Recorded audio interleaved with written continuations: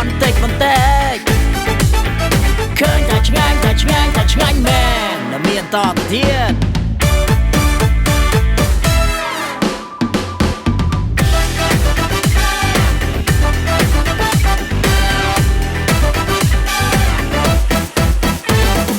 ពេលព្រឹកមានកាហ្វេខ្មៅក្តៅអូនដាក់ក្នុងពែងថែមស្ករស2ស្លាបព្រាកន្លះ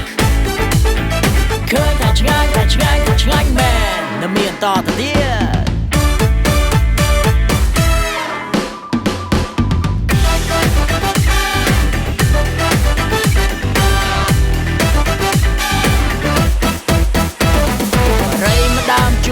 ផ្សើមជើងថ្មី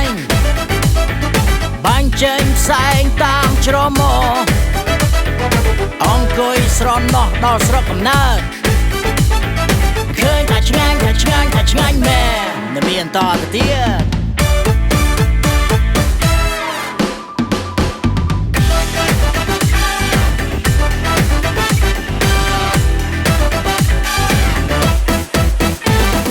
ពេលព្រឹកមានកាហ្វេខ្មៅ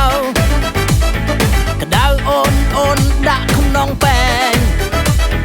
ថែមស្ករស2ស្លាបព្រាកន្លះឃើញតែឆ្ងាញ់មែនមានកាត់លុយស្អែកមកទៀត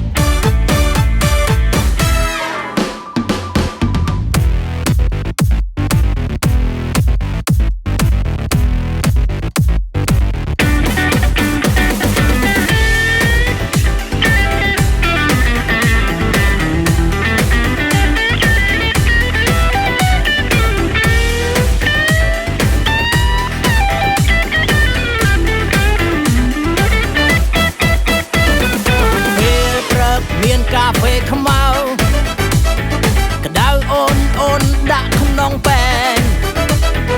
ថែមស្ករស2ស្លាបព្រាកន្លះឃើញតែឆ្ងាញ់មែនមានកាត់លុយស្អែកមកទៀត